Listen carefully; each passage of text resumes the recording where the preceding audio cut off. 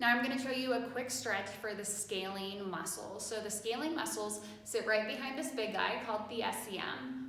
So they're attached to your first and second rib right behind your collarbone or your clavicle. So to stretch these muscles, first what I'm going to do, turn my chin away, tip my head over that direction. I'm relaxing those muscles, letting them shorten. Tuck my first two fingers right behind the clavicle, and I'm going to just tension down slightly. From here, we'll just start with tipping my head away, kind of looking in that same direction. A little bit just like that.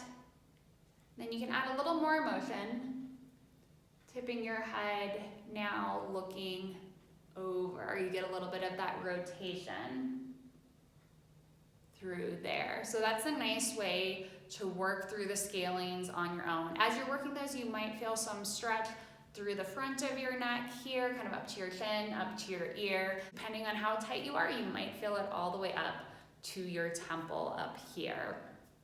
So with all of these stretches, you want to do them lightly. It should be like a light, maybe a 2 out of 10 stretch. You're never gonna get rid of all muscle tightness, all knots in one day. We're all works in progress. We've got a lot of stress right now. And so just go a little bit at a time.